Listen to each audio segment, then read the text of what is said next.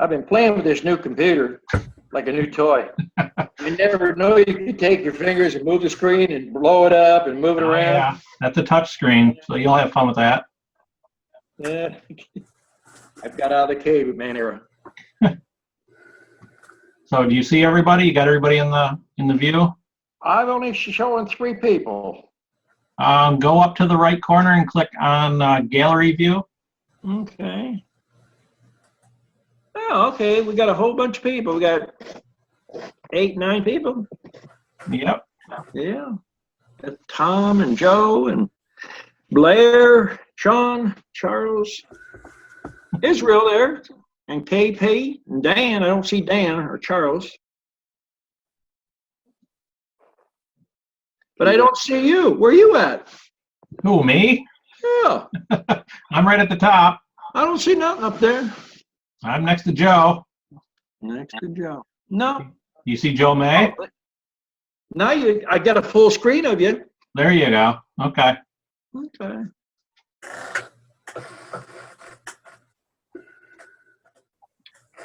Let's see.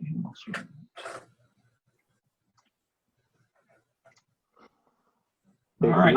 So what are we talking about tonight, Don? Well, we touched on shipping queens last time, and I thought I would talk about shipping queens.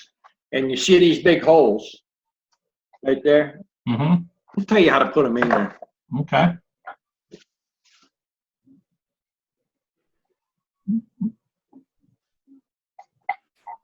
Can you guys hear me okay? I hear somebody talking. Is that you, Sean? Yeah. Yeah, I was just checking. Can hear you. All right. I'll go ahead and mute now. Okay.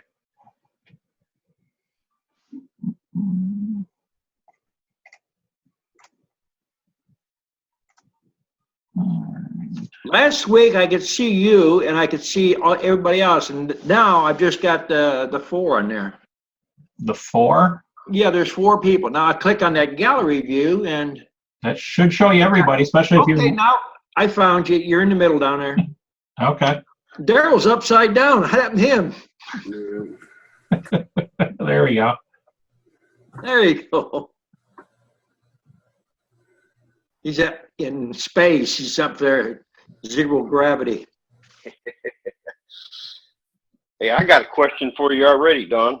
Okay, we're gonna start. We're about ready to start Yeah. recording. Are we Okay. recording? Yeah, I can start whenever. Okay, go ahead and start.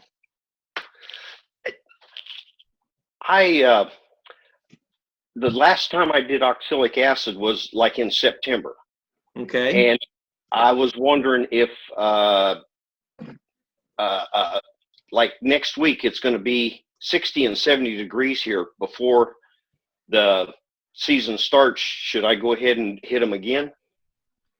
Anytime bees are flying, you could pretty much be safe. But if you've been 2 days pretty cold and it's the bees have clustered up, I wouldn't do it. I'd wait a few days after it's warmed up enough and then just go ahead and do them. Now, I got a whole week that it's going to be in the 70s. Yep, that'd be a good. Wait a couple days and do them. Okay, good. Okay. That was my main thing. Well, that's what we do have these chats for. And Now- another thing was that recipe. Don't you have a recipe for a brood builder? Yes. Right off the top of my head, I can give you what we're using. We're doing it in a big barrel. So we're probably using 2 tablespoons of spearmint and 1 tablespoon of tea tree oil and probably 2 to 3 drops of lemongrass oil.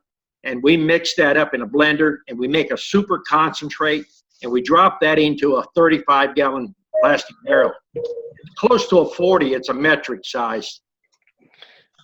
And then that goes in directly to the feed, the sugar water. And right now we'll start feeding at least 2 to 1.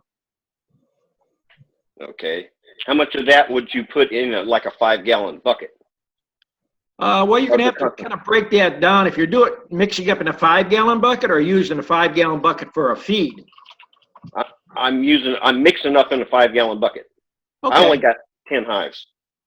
All right. Well, you're still going to have to start with that basic recipe and put it in a blender. And I always start my blender with about a cup of water. add the oils to it and blend it on low for a minimum of 5 minutes. It's going to turn milky. Right. Blend it properly, and then when you mix it in sugar water, it's going to stay mixed.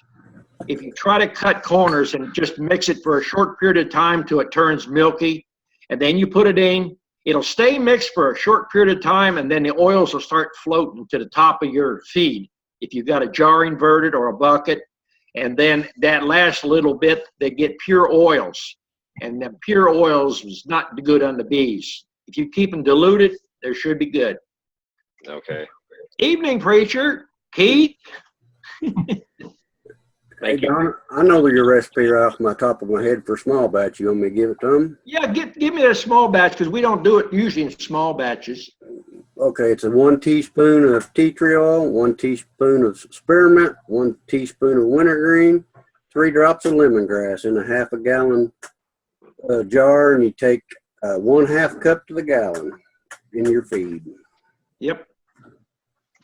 Now you can alter those recipes a little bit, but just because 3 to 4 drops does good, 10 drops or a quart is not going to do good. Too much is no good. Right. Wade's going to love this. Look what I got here for you, Wade. If you're going to ship bees, this is the best way. And I'm going to try to get the camera where you can see it. Now, this is basically a postal flat rate box. Now, you see the size holes that we use, and the distance from here over to here is a good 3 inches. Nobody makes a paper punch that big.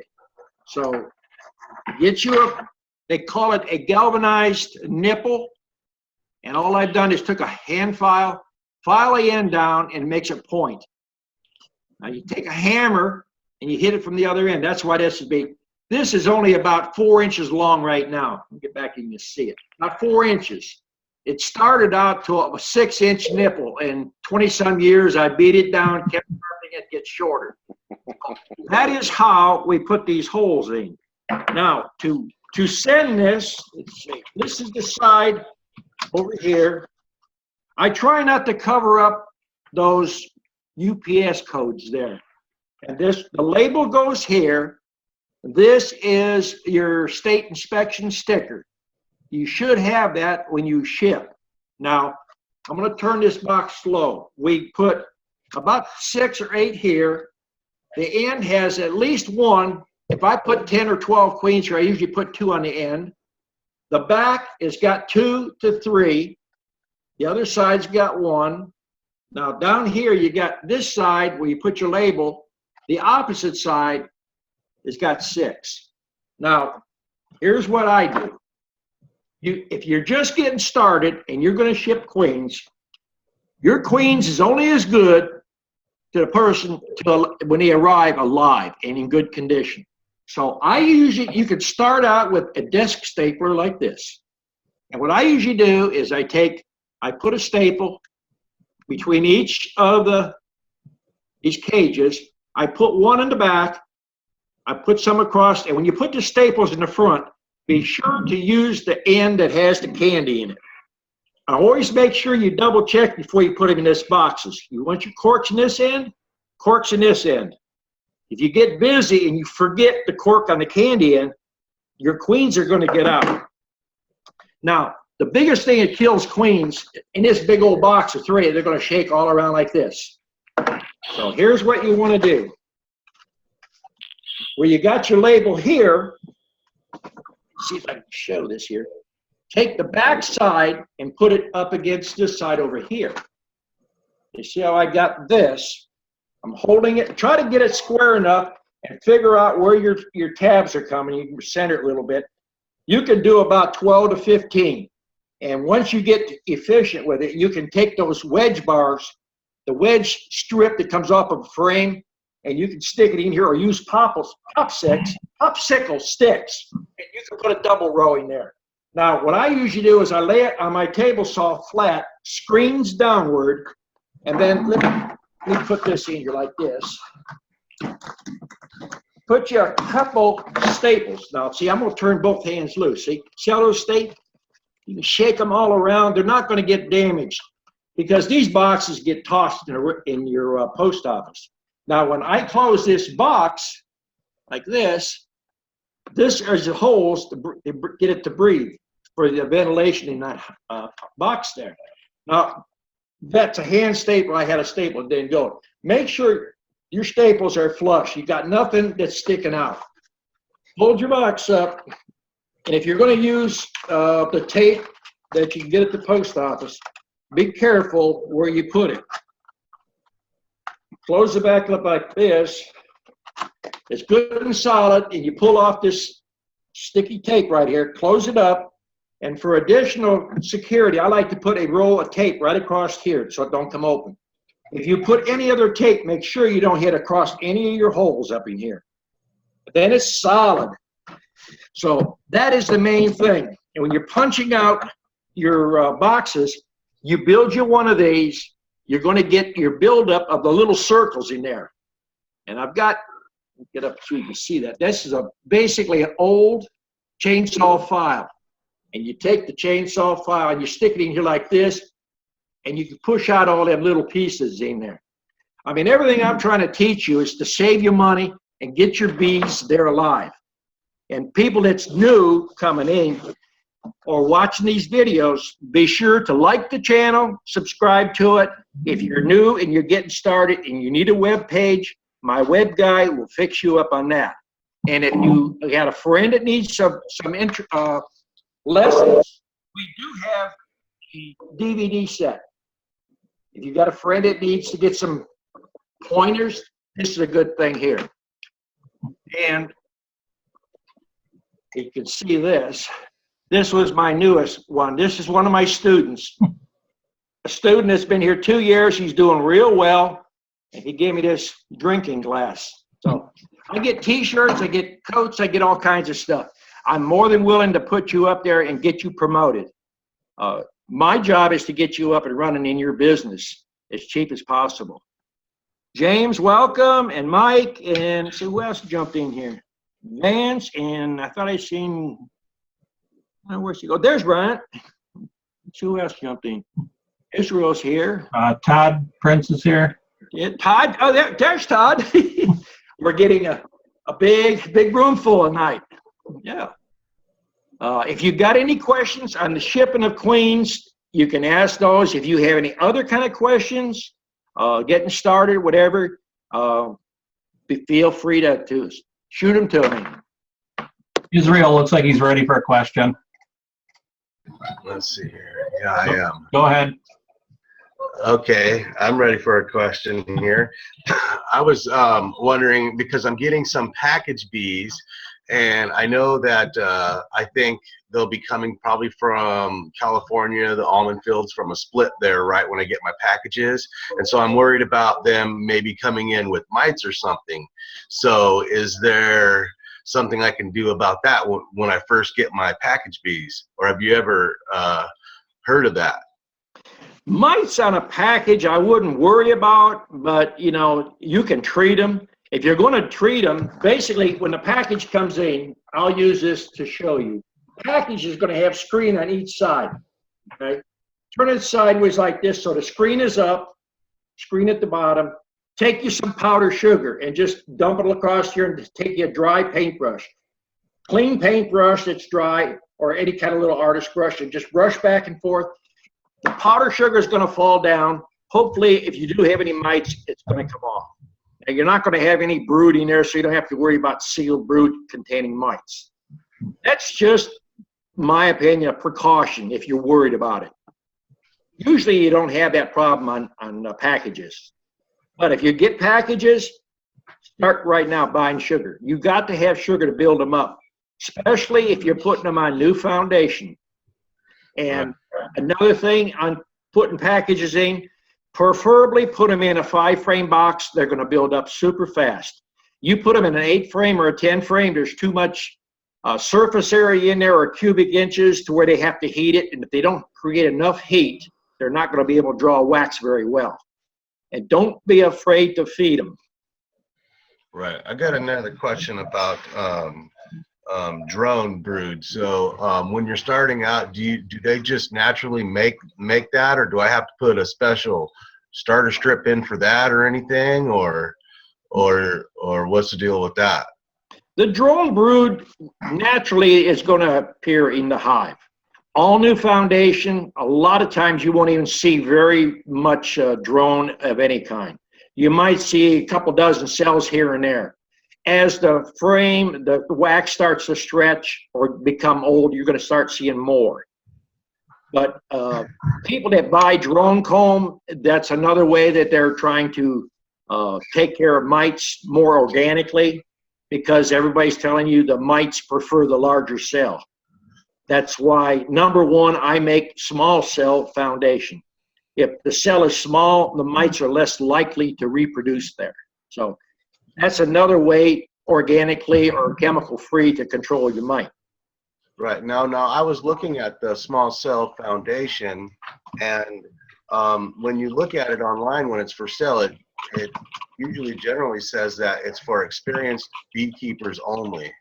Why is that? Well, I'm still not experienced, but you know, I use it. I mean, there's a sales pitch everywhere. I mean, you could go to a bee club and talk to a lot of people. Small cell does work. I don't care what anybody says. And as long as you're feeding them, they're going to draw it out. Now, if you got plastic small cell foundation, or the wax strips or the plastic in there, sometimes they are a little more reluctant to draw it out. Biggest problem on drawing wax of any kind is feed. If there's no honey flow out there, they're going to eat before they draw wax. And they're not going to get the wax cells to start, producing wax unless they got enough they're eating. Okay, and then another question is, for essential oils, do you have like a recommendation for what a starter beekeeper might want, what essential oils he might want, and then like where he may be able to purchase them or where you might get them? There's a lot of places out there that are selling essential oils. They usually come what they call aromatherapy, or they come with it's either pressed or steamed oil. You want natural oils is what you want. You probably start out with probably 2-ounce bottles or 1-ounce bottles to start with, of just a few hives. But if you got 6 hives or so, I'd go with 4-ounce bottles because it's not going to spoil. And on small applications, you can mix a quart or a gallon. Get you a gallon pitcher. There's plastic pitchers, and mix it up in there and keep it in the refrigerator. Right. So what essential oils would be applicable to beekeeping? The first 3 that I would get would be, number 1, tea tree oil. If you got tea tree oil, that's going to substitute your antibiotics. It's a natural antifungal, antibacterial. So springtime, it's good to feed that as preventable, to keep your nosema or your diarrhea, any of that stuff. And we feed it in the fall. Spearmint and wintergreen will also kill your mites. So you can use that in low doses in the spring, all through summer, and then in the fall. If you want to use eucalyptus oil, you can mix it up in a small grease patties, roll it up like a cigar or a small hot dog. We used to do that when we had areas where we had extreme small hive beetle, and it seems like the eucalyptus oil would be more repellent. The bees, they're going to go eat the sugar or the grease patty, which is sugar, mixed up with the oils. Okay. Well, that kind of concludes pretty much what I had in thought for this week. You gotta get some more. Israel, I just want to bring up that they should be food grade oils, because the therapeutic ones and stuff like that are not food grade, and you do not want to feed those to your bees. Okay. Those are considered more of aromatherapy. Right. Right. Okay. And Don likes to get his at LoranOils.com. If you tell him you're a beekeeper, you'll get a discount. Yes. Say that again. It's LORANN.com or LoranOils.com. Okay. All right, who's next? That Mike raising her hand down there? No? Okay, Sean's got a question. Go ahead, Sean. Is that working? Yep. We hear you. Roughly for 5 hives, I've got 3 3-pound packages and 2 nukes coming in April. how much sugar should I have on hand roughly? I like to suggest anywhere from 25 to 35 pounds in that range per hive. A package might take a little bit more, but a nuke is, if your nuke is right, you should have honey and some pollen in that. So you'll still be looking at around 20 pounds, 15, 20 pounds to be safe. Okay. And so when I feed the sugar water serum, should I also provide plain water for them also? Well, if you're mixing up, just building a package up and you're not worried about a super fast buildup, you can basically do a 1-to-1 with those essential oils. But I try to really put the sugar to them because I'm trying to turn bees as fast as I can. So would that be like a 2-to-1 or a 3-to-1 to do the faster buildup? Well, I always tell people if you open a can of peaches and you pour it, you see when you pour the peaches and stuff out, it doesn't splash. That's a good indication of how thick you should be at. Okay.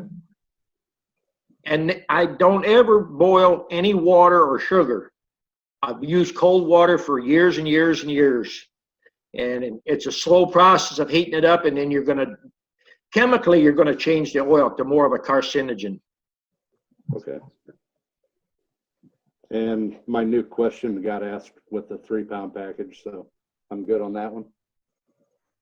Yeah, you should be good on that one.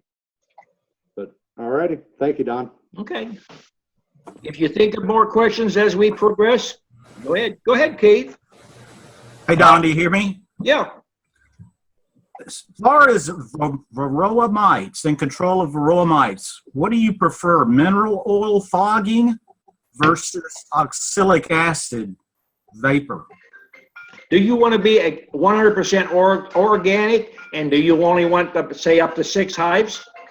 Well, I got about 10. About 10? Well, if you've got 10 and you can afford the oxalic acid, that would be my first choice. The second choice would be your fogger. You can also put thymol oil in that or crystals, but you got to heat it up. I talked about that last week. You can use wintergreen or spearmint in that oil and fog them, but it's not about 50% effective, and you should be doing it every week or every other week. Yeah, I've got the oxalic acid vaporizer. It just takes a long time, and when you look at the mineral oil fogging, you can just go right down the group of highs. It's real quick. Right. Yeah, right. The one advantage, you're always going to have give and take in everything. We run a couple hundred hives out here, and Stephen can run through that whole yard in about 15, 20 minutes fogging them. But, you know, he's going to hit them once a week. But when we have students and we're teaching you how to use a vaporizer, I usually let my students do 10 or 20 hives and the next student do 10 or 20. And as long as you're doing them every other week, you're fine. Okay, thanks. The bee chat, he has to go to Facebook. Yes, he goes to Facebook. Yeah. Tell him to go to Facebook, Fat Bee Man group, and there's a link there. He can get a hold of my web guy. All right, I think Joe's got a question next. Okay. Yeah, Don, can you use eucalyptus oil instead of the tea tree oil for the antibiotics in the brood builder? You can do it, but eucalyptus is about 10 times stronger than wintergreen or spearmint. It takes a far less, you know, I've used it a little bit in the springtime. I basically was using it for my small hive beetle control. Because it seems like the beetles run to the back of the hive, and if you get that grease patty and you mix it up, you know, basically granulated sugar and Crisco, you mix it up to what's good thick patty, and be sure that you put those vinyl gloves on when you mix up and work that patty. Because them oils, when they come in contact with your skin, they're going to burn you. Okay, got another question on shipping. When you ship nukes, would you cage the queen to keep her from getting mashed while she's in shipping? I started that many years ago because, you know, from shipping from one point to the other, that nuke might be handled in 10 different trucks. So if your box is not built correctly, I build my 5-frame nukes 9 1/4, and my shipping wood boxes, I build them about 8 1/2. That way, when the frames fit in there, they fit really tight. So when the frames stand vertically on a standard box, they do the wiggle like this going down the road. So if the queen gets between frames, and it comes together, it's going to kill them. That's the only reason I've caged my queens. You have less chance of killing the queen. Okay. Well, I didn't know if you did or not. I just want to make sure before I cage mine. If I have customers coming here to pick them up, I'll point the queen out and then show them it's alive, but there it is, it's laying, it's running. If you go to a bee yard and someone hands you a nuke, I would question it.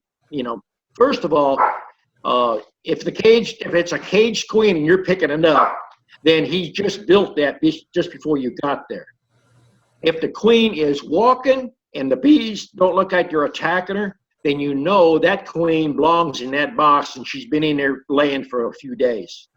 There's a lot of little tricks out there you have to pay attention to. Well, when I ship, I'm just going to tell the guy he can direct release the queen. I just got her in with the Yeah, you can do that. Okay.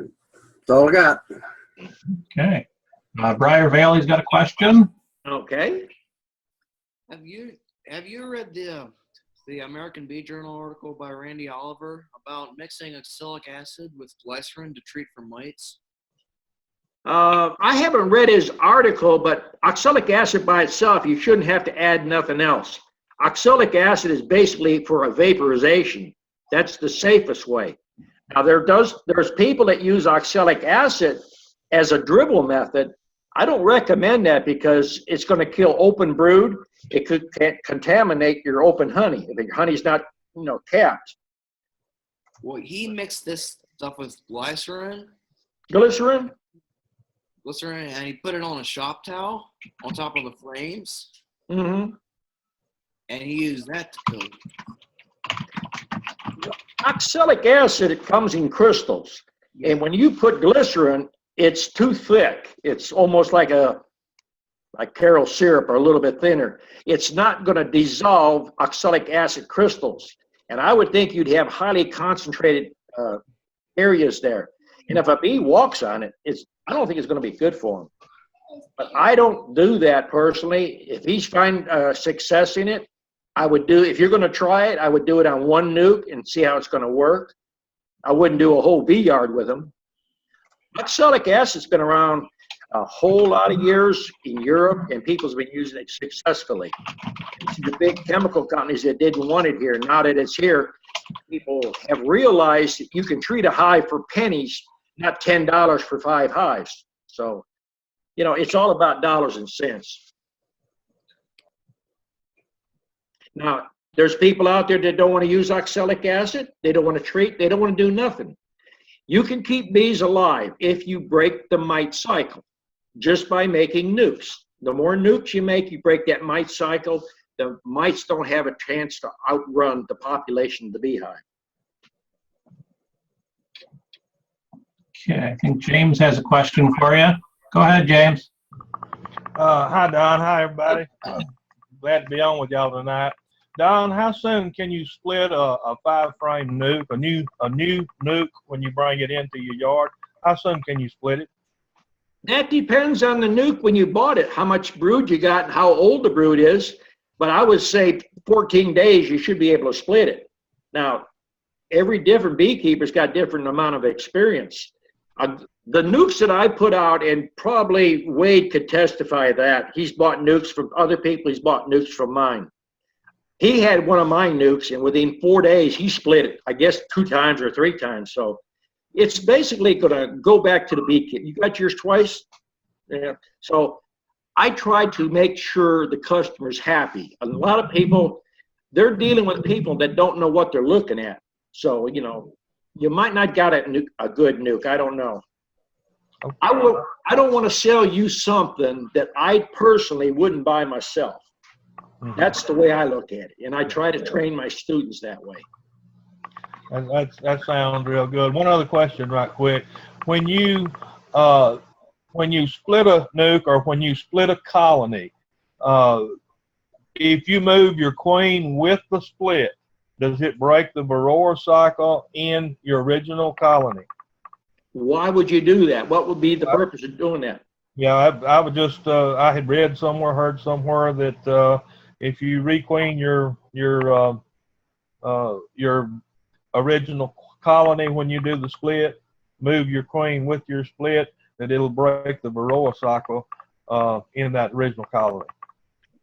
What I'm following you're going to do is you're going to remove an old queen, put her in a 5-frame box, I assume, move her Yes. off, and then requeen that hive.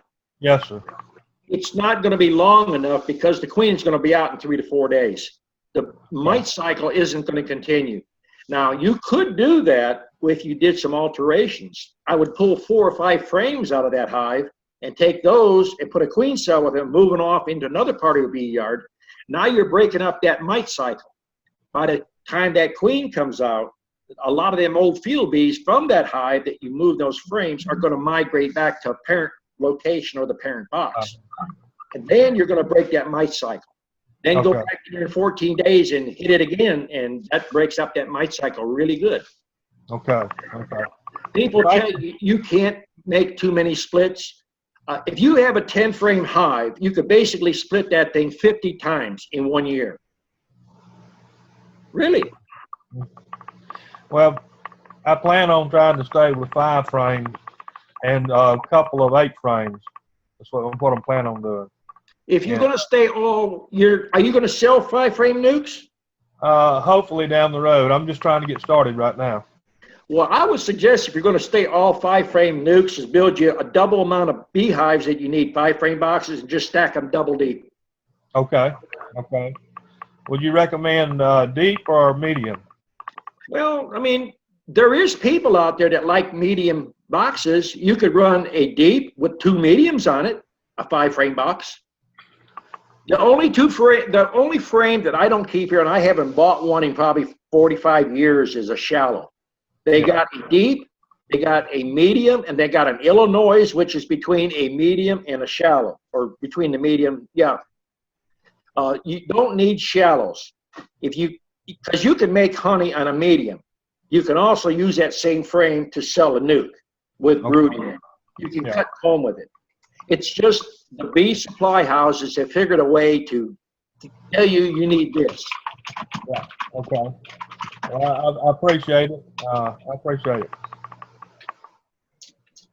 Don, I have a question while we're talking about queens and nukes. Okay? I've seen on your videos you probably do about 5 different ways of making queens. We do a lot of different ways. What There's is no your one way. What is your favorite way to do that? My favorite way is to take a hive and just only use a frame of honey. You have to think of a frame of bees as a resource. So when you're making a split, that queen has to go out and mate.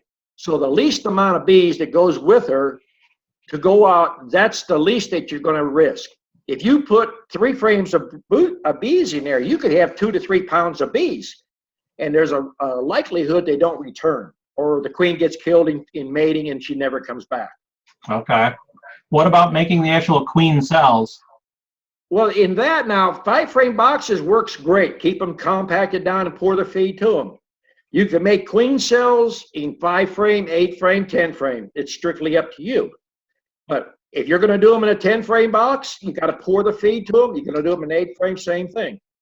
In a standard 8-frame box, you're looking at about 40 to maybe 60 cells in that box. Wow. Okay. You can turn that about every 10 days easily. All right. I will work on that. Now, you know, if you're talking about many ways, I've done a way to make queens that a lot of guys can't graft. They don't want to cut cells because they got plastic.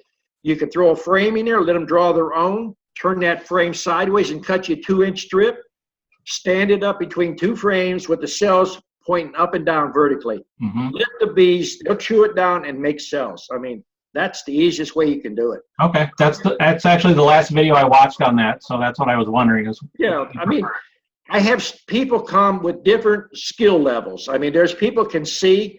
I done that particular video because we was back in the bee lab there. We was grafting. And the 2 old codgers come in. They said, we can't see. How can we do that? I said, there's the way to do everything. The other way is just cut a cell out or a strip there and just take your fingers and push it down on a cell bar. That's another way. You don't have to graft. I mean, there's more than one way to do it. Okay. All right. Thank you. Who's next? Dan's got a question. Go ahead, Dan. Hey, Don. Hey.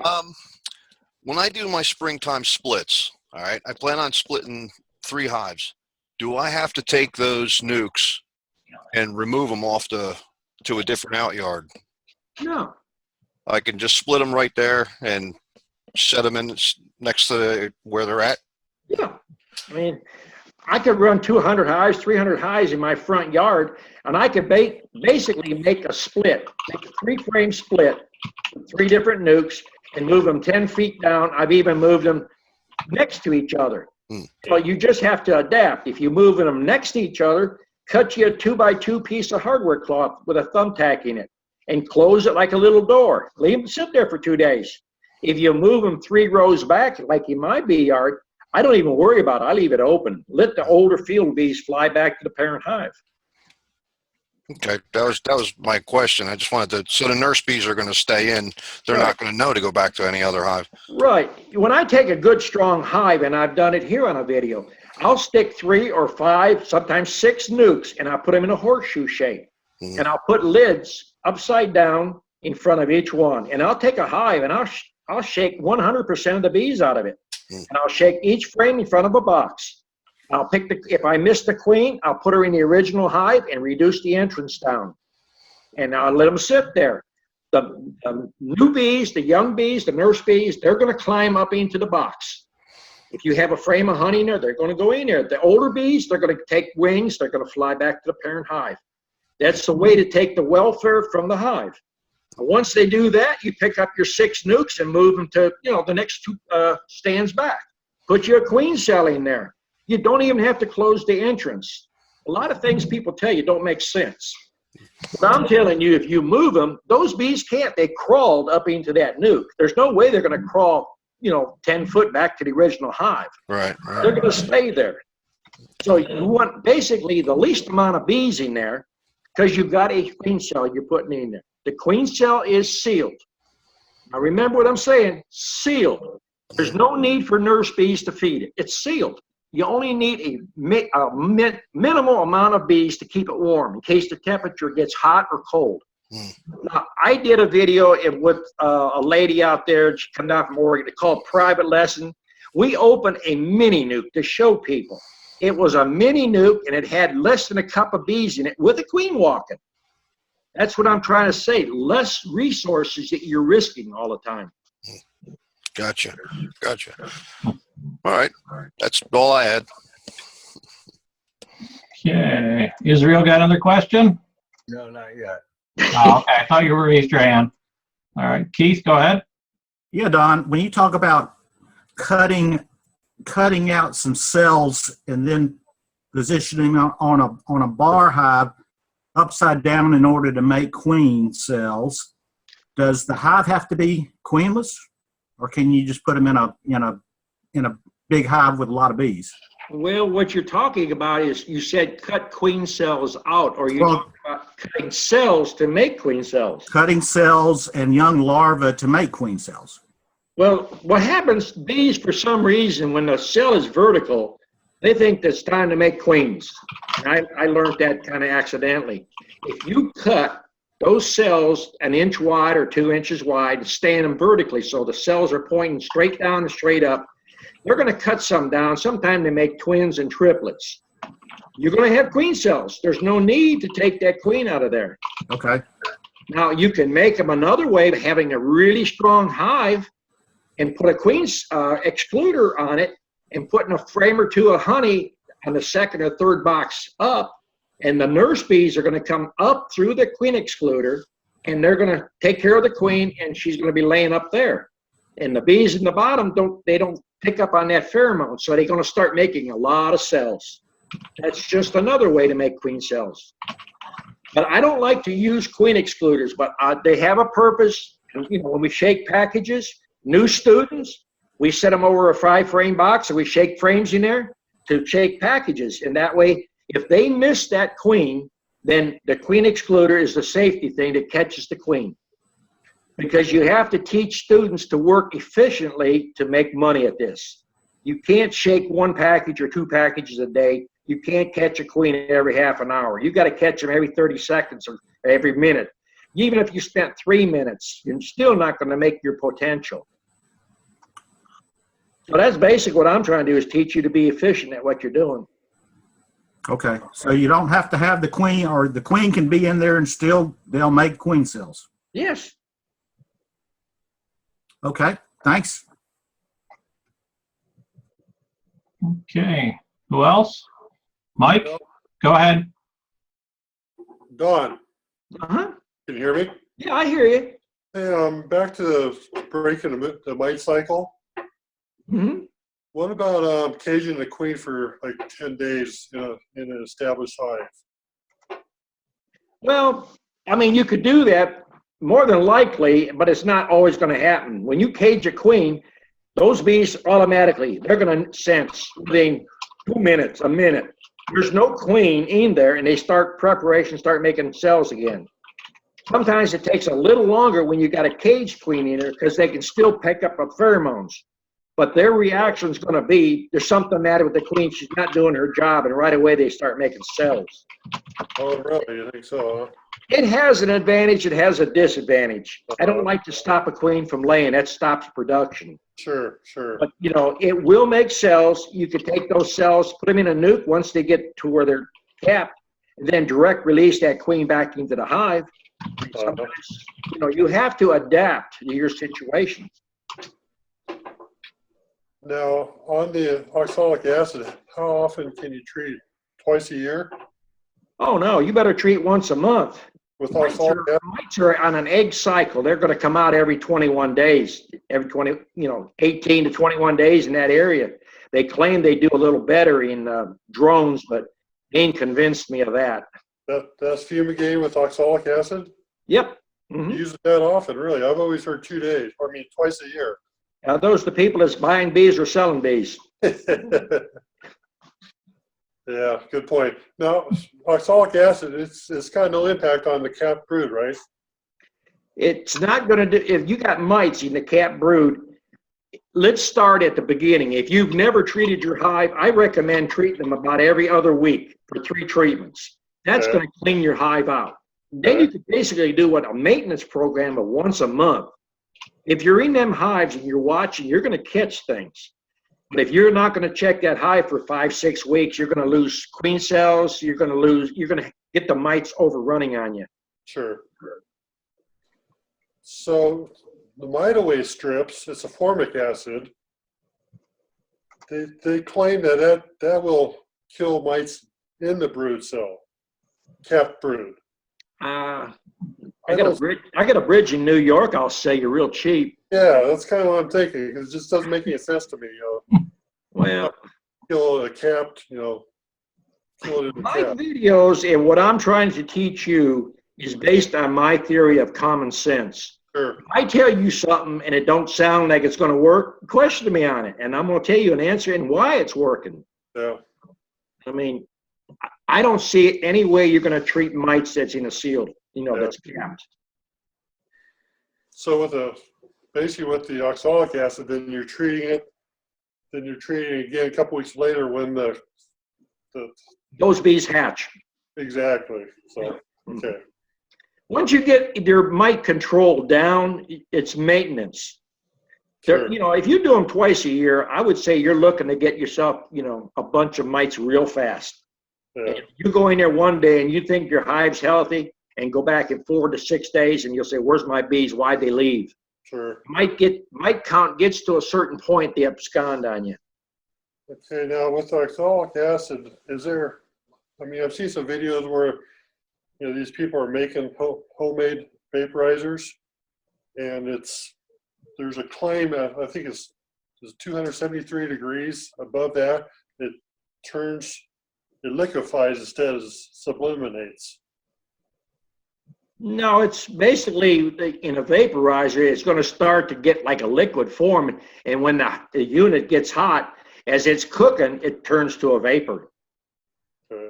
Because I did one last year. I experimented with one hive, and I found it not to be effective. And it's a homemade vaporizer, so. You can make the ones that I sell, the man's been making them for a while. If you got your equipment, you can do machining, you can make them. Sure. There's people that make them out of copper pipes and get down there with a propane torch and blow on them, but I don't think I want to get that close to them. Yeah, yeah. You're buying a service basically when you buy a vaporizer that's made. The ones that we've been selling, they've been changed, the design on them 3 times since 1990. And we don't get no comebacks on them, and they work good, believe me. Okay. When I sell them, I turn that money over to that man that builds them for me. I'm doing a service for him. He's one of my old students. Well, I mean, it makes perfect sense, but I want to know in my heart that it's the best way to go before I do the investment, because it's definitely worth it. If you can build it, you know, what you build and what he's got, you know, as long as you're happy with it and it's doing the job, it's doing the job. Well, exactly. You know? No, I mean, I'll put the money, I'll buy one, you know, as long as I'm convinced that that's the way to go. But I've heard so many contradictory, you know, use it twice a year, you know, versus, you know, the mine-away strip. So, I mean. Well, there's the beauty part of this chat is I have students from all over the place, and every one of them that come in here, you can ask them or get their phone number, get their web page, talk to them directly. See what they're. That's why I'm here, because I mean, I really believe what you're confident what you say, and that makes there's a lot of weight there. So I mean, I really believe in what you say. So I'm really kind of I mean, I've got, you know, my proof of what I do and what I believe in is across the country. And, you know, anybody out there can teach beekeeping. It Sure. doesn't make sense to drive 8 or 10 hours someplace to have some joker teaching you bees. exactly. Go to any bee club and learn the stuff that you want to learn there. Sure. Okay. Thank you. Okay. Go ahead, Sean. Sean's got his little beekeeper there. Unmute your mic, Sean. I keep thinking this thing is There you go. okay. Apparently I didn't mute it last time.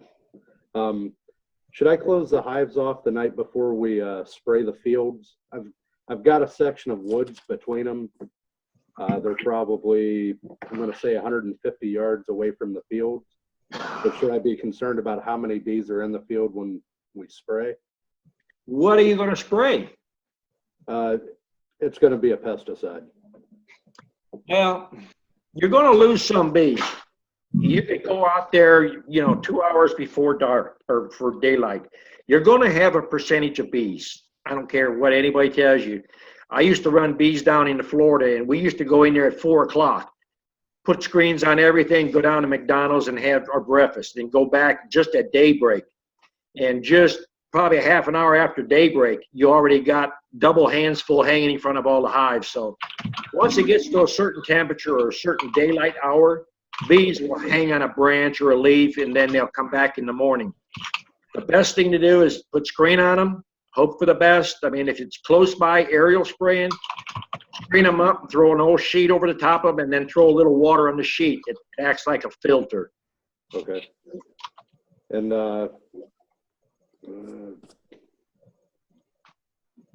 how many boxes should I have on hand? I've got the 3 3-pound packages and 2 nukes coming in. Obviously, I'm going to have boxes for them when they get here, but how many should I have on hand for splits as a bare minimum general rule? Yeah, bare minimum would be 1, but I would say keep at least 3 for each one. 3 for each one?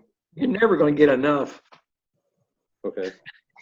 And when you're doing your splits, like you were talking about earlier, you're shaking frames in front of the nukes the mini nukes when you have the queen raising. Right. Okay. If you have more than that cup of bees go into the mini nuke, do you like shake them back into the parent hive, or do you just leave them? Last summer, we had a good year for the mini nukes, and we actually shook some packages from mini nukes. We pulled a frame of bees out of each mini nuke and shook it into a package. And you can combine bees like that. They're not going to fight. They get along.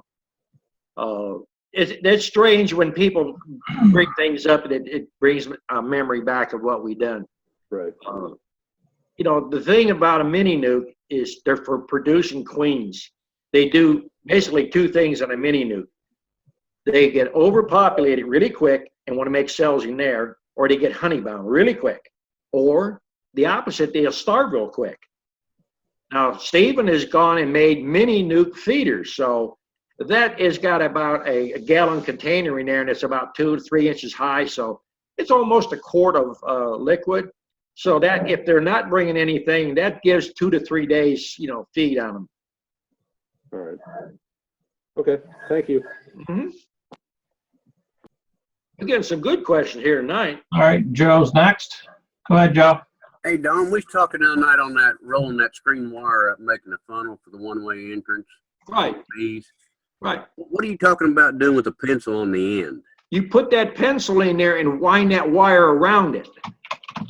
Okay. All right. Once you get it nice and tight around there, pull the pencil out. Okay. Now take and turn it at a 90-degree down. Put your fingers and just kind of turn it down. There you go. Not real hard. There you go. Basically, it's looking like a horn of plenty. Now on the other end, make some slits up about 2 to 3 inches from the bottom, about every 5 to 6 inches. That flares out around a hole in your tree. Then when you staple it, the bees will come out, and being pointed down like that, they come down. It's like a one-way entrance. They don't get back in.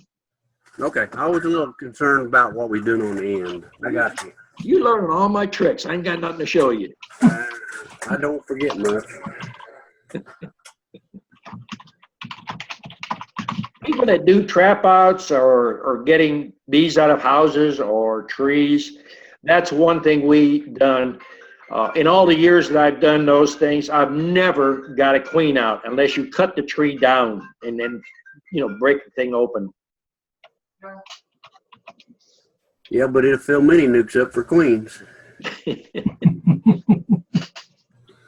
All right. Who's got a question? Mike's got another question again? Or not? Yeah, Okay. Don, Wait a minute. you there? Go ahead. Yep. Hey, Don, Yeah. hey, we got 8 hives. I'm up in northern Idaho, Okay. and this winter, we're getting a lot of bees that are flying out. Today was 28 degrees, and I got bees out there flying around, and a lot of them, just, I don't know. First of all, it seems a little cold for cleansing flights, but we're getting a lot of bees, dead bees outside the hives.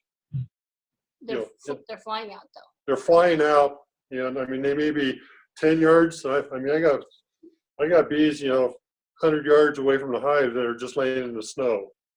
I mean, So basically what's happening, I lived in cold country. I lived in Ohio, and you're going to see that when you have 2 to 3 days of extreme cold weather, bees are going to die, and they're going to drop to the bottom board.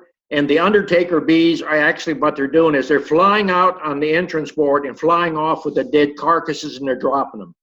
The weaker the hive gets, the closer they drop them.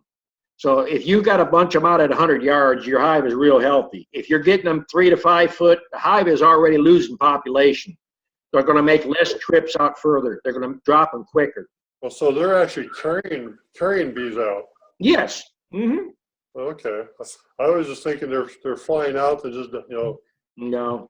Normally bees are working about, mine are usually working between 41, 43 degrees. They start coming out and flying, and you'll see them bringing pollen in. Yeah. Now, some years they might go out at 38, 40, but most years it's between 41, 43. Well, like I said, I was out there this afternoon. It was sunny out there, but it was 28 degrees. Yeah, well, There were bees flying. you've got enough bees in there. The cluster is generating enough heat. The heat's radiating out. Oh, okay. I don't know if I should be concerned with it or not, I wouldn't. If you're concerned about it, go out there and just lean down, put your ear right up against the hive, and just whack the hive a couple times with your fist or your knuckles. No, And they'll start to roar.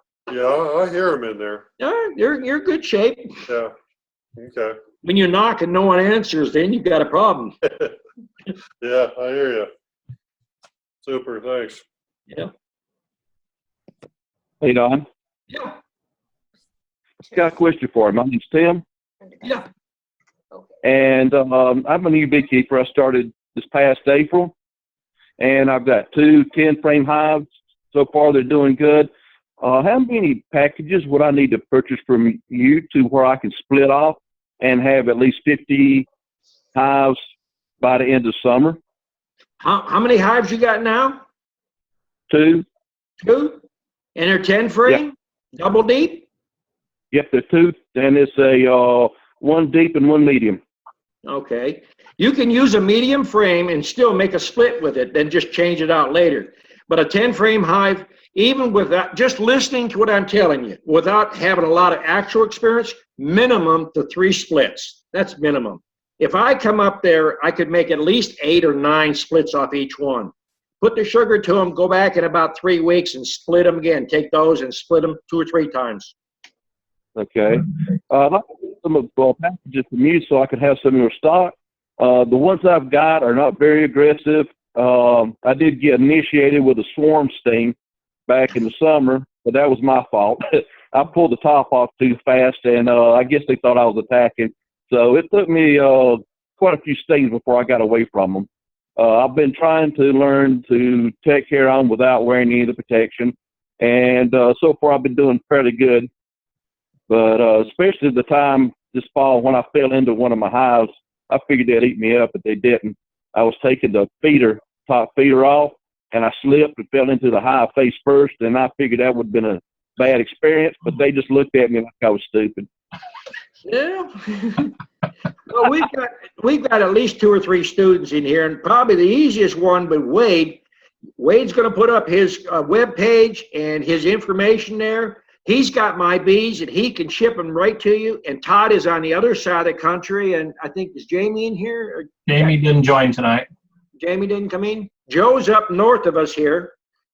Yeah. Brian, he's out close to you. You shipping, Brian? No, Brian, he's holding on to his stock. Well, what I'd like to do is come down and see your place. And it's only about 2 hours away. I'm in Greenville, Spartanburg County, South Carolina. Well, you're close to Todd then. You're in his backyard. Oh, really? You can come down. I've always, I'll give you a tour, a quick tour. If you want to stay a day, give you classes, $100 a day or $500 for the year. I'm sure you'll get $100 worth of information.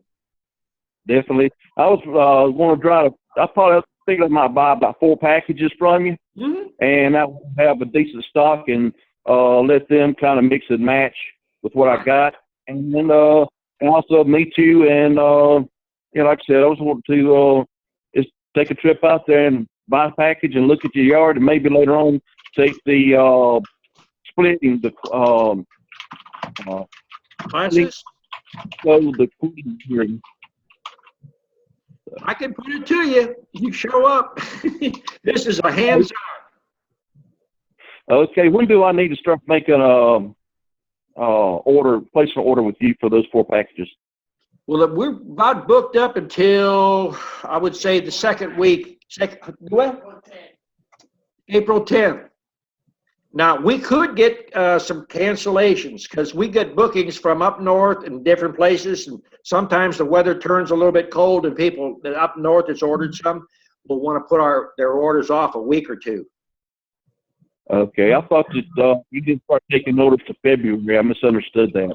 Oh, well, I've been starting to take them because right now we've already got way over 600 or 700 packages booked right now. What do you need to do to book those 4 packages as quick as possible? Get you a check to me. Make it out to Donald Kuchenmeister. Put your name, address, phone number, and contact information, and get on the list. Okay, do y'all take credit cards over the internet? No, got no way of doing that. I'm old. Cash or I check. know.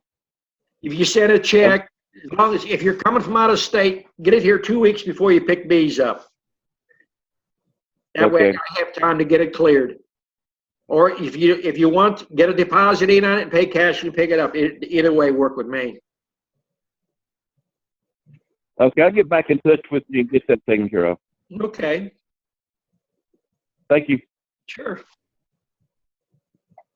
Okay, who else wants to jump in? Anybody? Yeah, Don. Hey. Again, hey, is there any way to to go from a standard cell down to a small cell? You can put a few frames in at a time with small cell and let them start drawing that way. You might have to change it out a couple times, but yeah, you could do it. Bill? I don't know if you watched the video or the chat we done last week. I was explaining how to keep up with your frames. If you're using an international marking system, the code colors, they use yellow, white, and blue, and red. For the queens? Yeah, just the queen marking paint. Sure. When you're going to mark your queens, or if you're using it just to change out your frames, put a dot at the end of the frame. If it's red, then you know, look at it, well, it's 2 years old or 3 years old. Pull that out and then put another frame in with small cell. You can probably pull them frames out about every 3 months, 4 months, and you're not going to hurt the hive. You're doing it more good. Get rid of that old comb. Sure. Make splits with it, and then when the bees hatch out, then change it out again. Pull that old comb, replace that. You're doing splitting, you're breaking the mite cycle, you're doing several things at once. So you're just slowly downsizing to a small cell. Yeah, right. Mm-hmm. Sure. Okay. Then another thing, you can always buy some small cell queens too. That helps too. Okay. How far do you ship? How far do we ship? Yeah. As far as the mail carry it. Really? Okay. Till Wade runs out of gas. Whereabouts are you, Mike? I'm in North Idaho, up by Coeur Lane. Okay. Anybody? Go ahead. Is there anybody in this side of the country that you've sold bees to that sells? I've sold some in Washington, Oregon. I've had people call me from California, and I tell them there's several people over there that's selling bees. If you get queens, if you got bees and you're requeening with my queens, you're slowly going to change the genetics down as long as they're not requeening themselves and, mating a lot. If you buy mated queens, you're going to have that offspring. What's the best time of year for you to ship queens out this way? Well, we try to stop shipping depending on the weather, usually at the end of June or into July, but everything depends on the weather. So usually around 85 to 88 degrees, we start thinking twice about where we're shipping them. Sure. So anytime in spring would be fine then. Yeah. Okay, super. Thank you. Go ahead, Keith. Yeah, Don, I was checking my bees today and noticed they were bringing in pollen.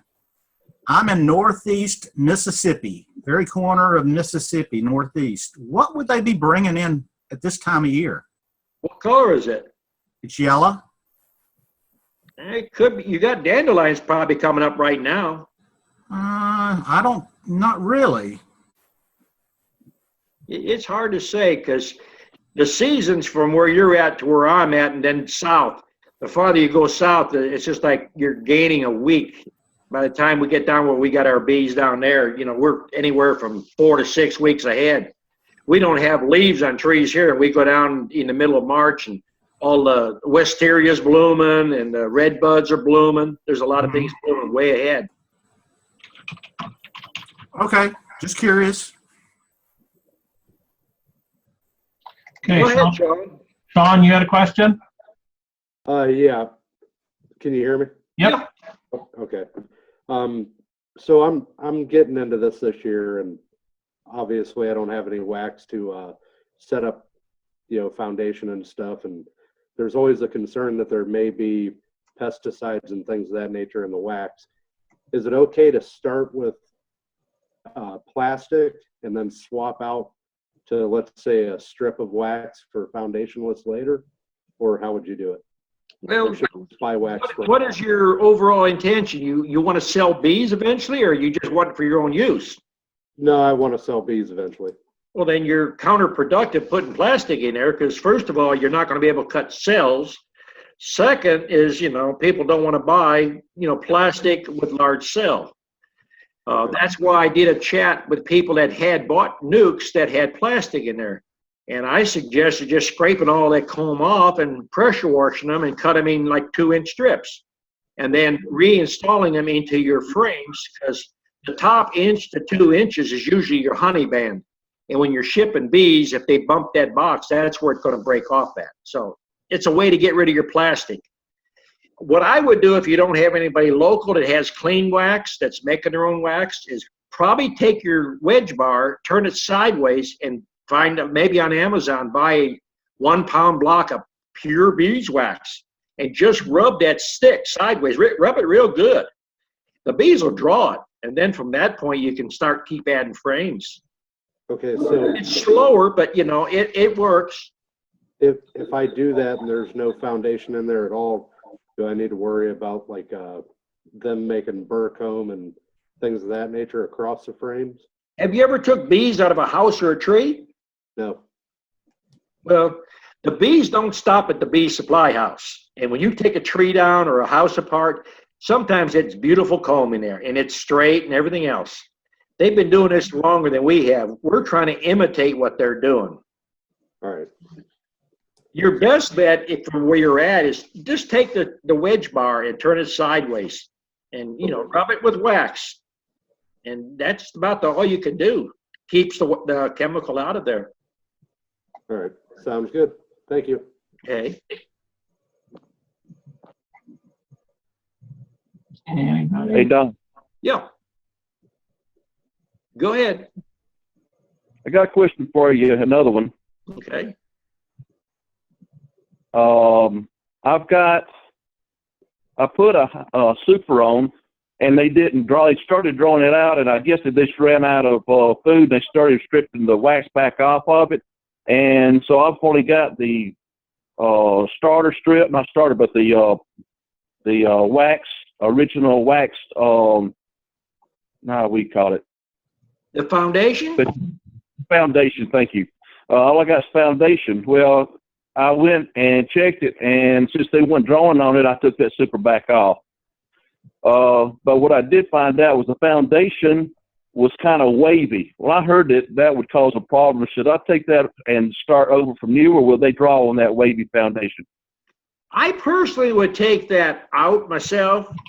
Are you using that Daydent Duragilt? Is that what you're using? And they stripped the wax off, and now you got shiny plastic showing, a thin piece of plastic?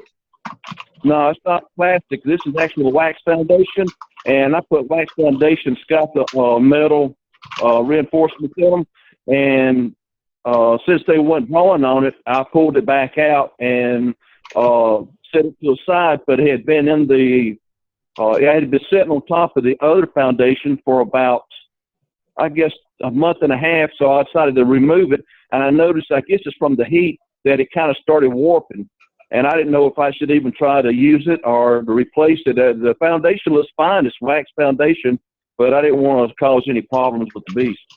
If you got a problem now, is the time to correct it. Now, if you got wavy or, you know, burr comb, what you might call, more than likely you didn't push all your frames together.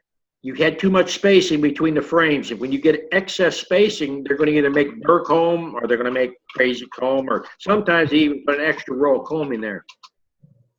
There was no burr comb or anything. Like I said, they were starting to make it, but then they went back down onto the first super that I put on there and left that second one alone. So I pulled it back off, and I noticed that it was a little wavy. I figured it was from the heat, but they had not started drawing anything on that new foundation yet. But I didn't want to put it back in there wavy if I wasn't supposed to. Well, if it's a super and you're worried about expenses, you could put it back in there and just cut it out as cut comb, use it that way, or squeeze the honey out of it and use that. But anytime there's no you got crazy comb like that, I'd pull it out. Okay. Because you want all good straight comb in there is what you want. You want good worker cells going in the brood chamber. The reason they might not have worked it good is you might have put that super on way too early. That might have been what it was, and they didn't draw on it at all. I saw. Did you put it on 10-frame stuff? Huh? You put your super on a 10-frame hive or an 8-frame? This is a 10-frame. All right. When you go to do that, if you got 10-frame stuff, they don't work those outside frames. So the only way it's going to work out good is take those outside frames and move them towards the middle. Move them over 2 frames and slide them to the outside. They're already drawn out that way. Do that on both sides. When those get full, then put a super on. And then if you got a honey flow or you're feeding them, they're going to draw. Okay. Well, I was trying to decide whether if I was going to use those, make starter strips out of them. That's what I thought about doing, is cutting them down and make a starter strip, but I didn't know if that would be feasible or not. Well, it's kind of hard to cut. Once they start drawing, comb a little bit, it's hard to cut it and reuse it. It's almost more efficient just to buy a new sheet. Right. They never drawn at all on these, the ones that I'm talking about. They did not draw at all on it. It sounded like you didn't have a honey flow at all. No, they wouldn't have, back during the summer where I thought that I would be getting some honey flow in the fall, so I added them, and I didn't get any kind of honey flow at all in the fall, and I pulled it back off and put my feeder back on there to try to get them built back up, because I noticed they started using some of their reserves, so I kind of pulled that super off and put the feeder back on and started feeding heavy, so they'd have some for the winter. Well, if you got the money and you could afford a scale, and if you've got a large hive, one thing to do is just watch the scale. You'll see the scale starting to peak up, and then, around 4 or 5 o'clock, it starts to get light again. They brought a lot of nectar in the morning, and they start evaporating it. But if it's going on a steady downhill, then you don't have to go in the hive, put you some feed on there. But I don't get into all these fancy gadgets. I like it plain and simple. I'd have to have 200 scales out there. Yeah, I've been just going by what you were teaching on one of your own by picking it up in the back and seeing how heavy it was. And they still seem to be pretty heavy. So now when you pick it up in the back, all that is telling you is you got some weight there. What you have to do is pick it from the side, lift it up from one side, lift it up about an inch, then lift it up the other side. The heavy side is going to be towards the eastern side.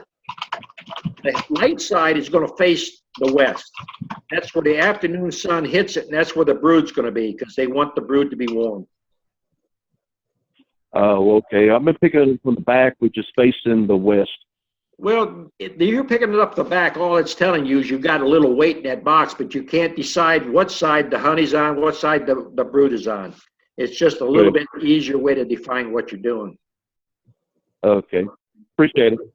Okay. John has a question, but he can't get his microphone working. He is up in Ohio, and he wants to know when he can start making splits and queens. That's the good question. The weather, man, the thing you have to do is kind of watch the weather, but I would say March would be early. That'd be the earliest. I got to jump over here. My little light come on. I guess my battery's getting low. Uh-oh. Just plug this in here. Well, we're almost at time anyways. Anybody have any last questions for Don? We'll wrap it up. Nobody? Kim hasn't had a question yet today. How come? You must know everything. Well, he could show us a few tricks then. Hey, Don. Yeah. Would it be beneficial to go double high on a nuke box for quick splits? Well, if you put them up like that, you got more frames to split from. I was just thinking keeping one half of it with the queen and then taking the other half and introducing the queen to that. Well, when we sell our nukes, what we try to do is sell like a 10 frame or a 5 frame deep, put a super on it. That's the ideal situation, because when you sell the bottom, you got field bees coming back and you already got comb drawn out. All you got to do is drop a queen cell in and you're back running again. Okay. And see, once that queen comes back in that box, and when you see you've got some eggs started in there, you can drop your 2 frames of brood that's hatching right in front of your eyes from an 8 frame box. And the beauty part of that is you can pull 1 frame as hatching from one hive, 1 frame from another, and put another frame of just empty foundation and maybe some pollen on one side and some honey. That thing's ready to go in about another 4 days. Okay. If everybody's got a web page up, shout your webpage out, where you're at, and what if you've got bees to sell. Now's the time to get it out there and let people know what you got. Hey, Don, Yep. real quick, as far as building hives with wood, I know generally they're done with cedar or cedar, pine, poplar, Never cedar. never cedar. Never cedar. Yeah, bugs don't really like cedar, do they? Yeah, I guess they don't. That's why Grandma put it in the closet. What about, anyway, is there any, for like just doing some, 5-frame nukes, is there anything negative about just using plywood? Well, I mean, I've used particle board 35 years ago. I mean, other than it's not going to last very long. Plywood is usually, if you paint it, you could probably get a 5-6 year span out of it. Sure. But what is your time worth? And if you don't have the money to buy this stuff, you can scrounge around building sites and whatever they got. I mean, yeah. Well, I have seen people go to a sawmill and don't even do any joints, butt joint. Yeah. Use 2x12s. Yeah. Well, the issue here is, getting good 1x10s or 1x12s, wood. I mean, it's just it's hard to come by, or it's expensive. Yeah. Well, an 8-foot 1x10 is like $16. For how long a piece? 8 foot. 8 foot? Yeah. I don't know. That's pretty high. We just went down to a lumber supplier and we bought 2 bunks, and we gave $1 a foot for clear. Well, it wasn't clear. It's probably a number 2 to number 3. Sure. It was really good knots. Tight. It wasn't falling out. $1 a foot. I just recently talked to a guy. He's got a mill, but I won't be able to do anything with that till probably March or April after the snow melts. Well, So you can use. now. I need to. If you get wood off of a sawmill, like a wood miser or something like that, you can use it, but you got to, use your head. If you're using pine, let it sit for at least 7 days, 8 days. Sure. It's gonna take most of the surface moisture out, and add a 1/16 of an inch to the length on the sides. The 19 and an 1/8, add a 1/16 to it. When it shrinks, it's going to be fine. The side parts ain't going to worry about it. Yeah, I'm kind of out in the shop right now building. I want to get some done. I won't have that wood available till March at the soonest. So I figured maybe make a dozen of plywood. Like I can You get can a make reason. a lot of plywood. The only thing I wouldn't use is I wouldn't use that marine plywood. It might have a chemical in it. Yeah, it's treated. Yeah, it's treated wood. Yeah, I'd be careful of that. Yeah, I hear you. Thank you. Okay. We're good. Oh, Wade's putting up his webpage and info there. Set it back a little bit farther, Wade. We don't see it all. There. Now we're seeing it. There you go. DaleVilleFarms.com. Yeah. All right. Todd, you got yours up yet? Yeah, mine is ncqueenbee.com. You got your web page already built? Yes. Okay. If no one's got their web page built or having problems, Elijah, he'll help you with it, or he'll set it up for you. Does a good job. Okay. If that's it, I think we'll call it a wrap then. Okay.